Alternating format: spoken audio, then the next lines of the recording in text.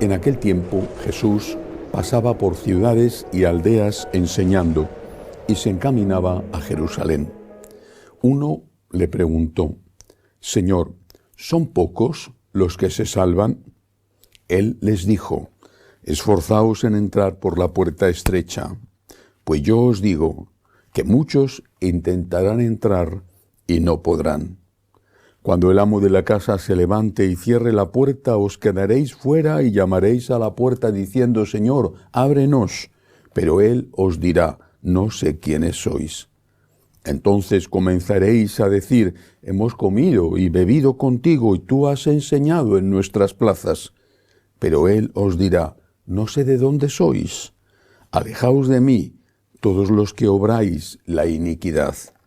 Allí será el llanto y el rechinar de dientes, cuando veáis a Abraham, a Isaac y a Jacob, y a todos los profetas en el reino de Dios, pero vosotros os veáis arrojados fuera. Y vendrán de oriente y occidente, del norte y del sur, y se sentarán a la mesa en el reino de Dios. Mirad, hay últimos que serán primeros, y primeros que serán últimos. Palabra del Señor. Gloria a ti, Señor Jesús. Primera observación sobre este Evangelio.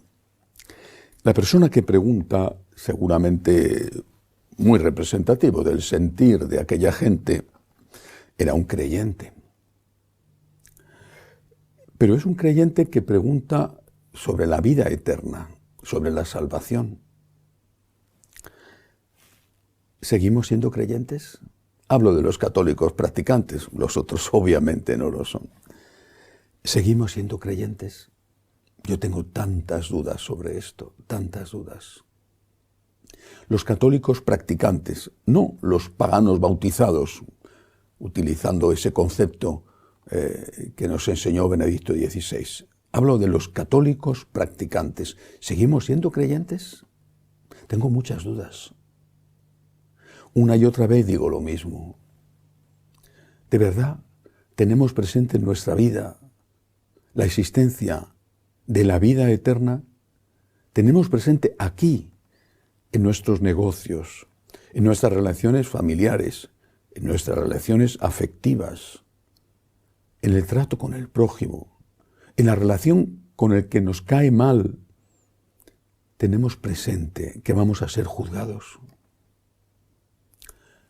Mi impresión es que la inmensísima mayoría de los católicos practicantes, en la práctica, en la realidad cotidiana, ya no tiene presente la existencia de la vida eterna. ¿A qué se ha reducido nuestra fe? Si la existencia de la vida eterna es San Pablo el que lo dice, si Cristo no ha resucitado, sin la existencia de la vida eterna, somos los más desdichados de los hombres. ¿Cómo vamos a pasar? Como dice el Señor respondiendo a esta pregunta, ¿cómo vamos a pasar? Por la puerta estrecha, que como dice el Señor representa un esfuerzo. Esforzaos por entrar por la puerta estrecha. Si hemos perdido de vista la existencia de la vida eterna, si se ha difundido entre la práctica totalidad de los católicos practicantes el concepto equivocadísimo de que todo el mundo se salva y de que hagas lo que hagas no pasa nada y de que no vas a ser juzgado y de que puedes ser el mayor criminal de la historia, el mayor corrupto de la historia, el mayor depredador de la historia y vas a irte al cielo. Eso es lo que experimenta la inmensa mayoría. Es un veneno tan espantoso que está produciendo, estoy seguro, un gran regocijo en el infierno por los muchos que acuden allí debido a que no han sido enseñados correctamente y han pensado que podían hacer lo que querían sin consecuencias. Volvamos a leer este Evangelio entonces, tal y como lo expuso nuestro Señor, que es nuestro Señor y no el cura tal o el cura cual, el obispo tal o el obispo cual. Dios sabe lo que habrá en su conciencia cuando enseñan mal. El Señor responde a una pregunta de un creyente. Y la pregunta es, ¿son pocos los que se salven? Podría haber sido la pregunta al revés. ¿Son muchos los que se salven? ¿Cuántos se van a salvar?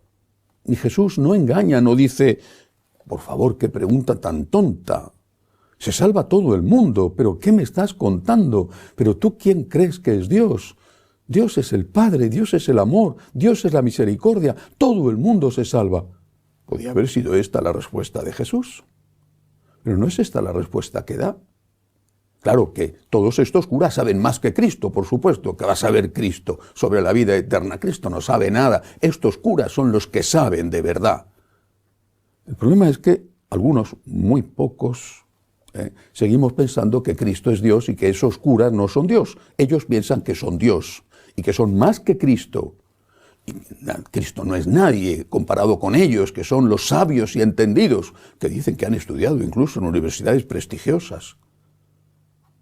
Pero los pocos que seguimos creyendo que Cristo es Dios y que sabe más que cualquiera de nosotros, nos acercamos con respeto y también con agradecimiento a estas palabras de Jesús, que no las dice para meternos miedo. Nada de eso en el ánimo de Cristo. Las dice porque quiere que nos salvemos. Y ante la pregunta sobre la salvación dice, esforzaos por entrar por la puerta estrecha. Esforzaos. Esfuerzo. Sacrificio. Palabras malditas. Cuando todo en la sociedad habla de hedonismo, de darle gusto al cuerpo, de no hacer esfuerzo ninguno. Y sin embargo, justo esta cultura es la que está provocando tantos suicidios, tanta amargura, tanta destrucción, tanta muerte. El Señor, que es el único que no nos engaña, nos dice, esfuérzate, trabaja, lucha. Si caes, yo te voy a levantar. Si pecas, yo te voy a perdonar. Pero esfuérzate, inténtalo, levántate, pide perdón, comienza otra vez, esfuérzate. ¿Y en qué consiste la puerta estrecha? Bueno, no lo especifica el Señor con detalles concretos, pero, por ejemplo, dice que son necesarias las buenas obras. Cuando más adelante dice, alejaos de mí todos los que obráis la iniquidad. Es decir, son necesarias las buenas obras, es necesario hacer el bien. Pasar por la puerta estrecha significa hacer el bien, no hacer el mal. Pero pasar por la puerta estrecha significa también ser capaces de practicar otra de esas virtudes proscritas y malditas por nuestra sociedad. Una sociedad que no solo es atea, sino que es inhumana. Es decir, es inhumana porque es atea. Me refiero a la virtud de la humildad. Cuando uno va a Tierra Santa, visita la Basílica de la Natividad, a mí, por lo menos, la primera vez me sorprendió, el guía me explicó por qué, me sorprendió que para entrar en la Basílica de la Natividad, la puerta era muy bajita y muy estrecha. Y me dijeron que eso lo hicieron después de la conquista del reino de Israel por los musulmanes, porque los soldados a caballo musulmanes entraban a tropel en la iglesia matando, y que con esa puerta tan estrechita al menos tenían que bajarse del caballo. Para entender el milagro de la Natividad hay que entrar por una puerta estrecha, es decir, la humildad. Y creo que esto es algo sobre lo que tenemos que trabajar, y no solamente sobre el concepto de las buenas obras, la humildad. Por ejemplo, la humildad de no entenderlo todo. En el mundo occidental, y cuanto más sabios y entendidos son, más tontos somos. pretendemos comprenderlo todo.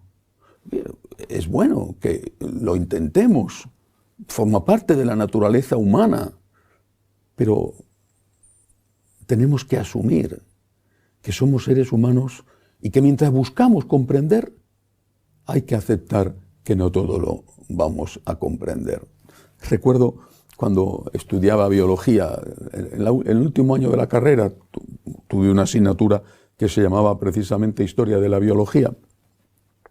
Y el profesor nos hacía un recorrido histórico sobre cómo había avanzado esa formación, esa disciplina.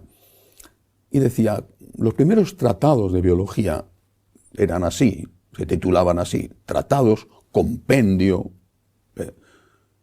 Ahora, los nuevos libros se titulan Introducción a. Es decir, sabemos muchísimo más que aquellos y por eso sabemos que sabemos muy poco. Y esto desde el punto de vista de la ciencia. Cuanto más sabemos, el que es un verdadero sabio sabe que sabe poco. Y sabemos más que los anteriores, pero también sabemos que sabemos muy poco y que nos falta mucho por saber. Aplicado a la fe, es normal, es legítimo que nos hagamos preguntas, pero también debería de ser normal que nuestra respuesta ante las preguntas que no podemos contestar sea, Señor, yo me fío de ti. Esta puerta estrecha es imprescindible cruzarla, sobre todo entre los sabios y entendidos. Señor, yo me fío de ti. No entiendo por qué tú permites esto en tu iglesia. No entiendo por qué permites esto en mi país. Pienso lo que están sufriendo en Nicaragua, por ejemplo, en Cuba, en Venezuela, en tantos sitios de África. Señor, no entiendo por qué esta enfermedad, esta muerte, este problema laboral, por qué mi familia está en crisis. Señor, no entiendo. Te pregunto y no hay respuesta. Ahora tengo que pasar por esta puerta estrecha. La puerta estrecha de la humildad, de agachar la cabeza, de encogerte para entrar en esa basílica antigua de la Natividad en Belén. Tengo que pasar por la puerta estrecha de decirte, me fío de ti. Yo creo en ti, yo confío en ti. Señor, yo me fío de ti. Esforcémonos por esta puerta estrecha, por pasar por esta puerta estrecha. Esforcémonos por practicar la virtud de la humildad. Esforcémonos por practicar la virtud de la caridad. Esforcémonos. Esfuerzo, sacrificio, trabajo. Cuando hay eso, el Señor te va a dar el cielo. Pero cuando ni siquiera eres capaz de pedir perdón, porque cometiendo barbaridades ya no eres ni siquiera consciente de lo mal que te estás portando, de lo soberbio que eres, bueno, dejemos el juicio para Dios que conoce todo, pero va a ser muy difícil que puedas llegar un día al reino de los cielos. Y aunque no te lo creas, aunque nunca pienses en ello, aunque pienses que todo el mundo se salva o que no hay nada, no todo el mundo se salva y sí hay algo. Hay vida eterna, hay un cielo con Dios y hay un infierno con el demonio. Esforcémonos por entrar por la puerta estrecha, la de las buenas obras y la de la humildad, para poder estar en el cielo con Dios y no en el infierno con el demonio. Que así sea.